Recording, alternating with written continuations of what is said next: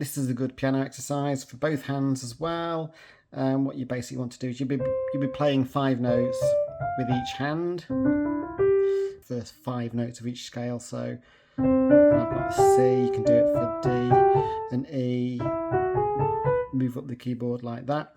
And essentially the first stage is you're going to be playing this with your right hand.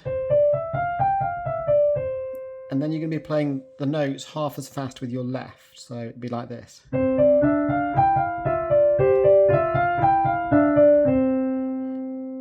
Okay.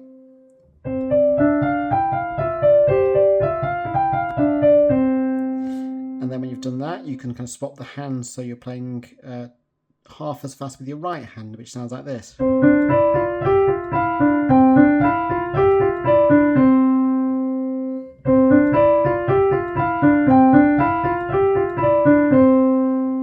Okay. And then you can move up, like I say, and try it in the D position, the first 5 notes of that scale.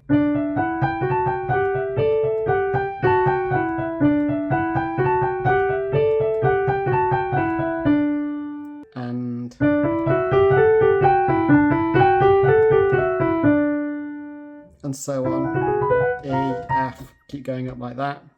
And then if you really want to test yourself, you could try 3 notes, a bit more complicated for the brain this. So you're doing, for every 3 notes on your right hand, you're doing 1 on your left, like this. And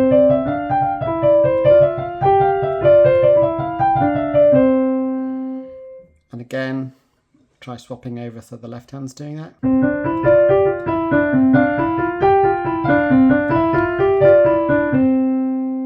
Good practice that, really good for getting your hands synchronizing and also for helping to learn finger independence.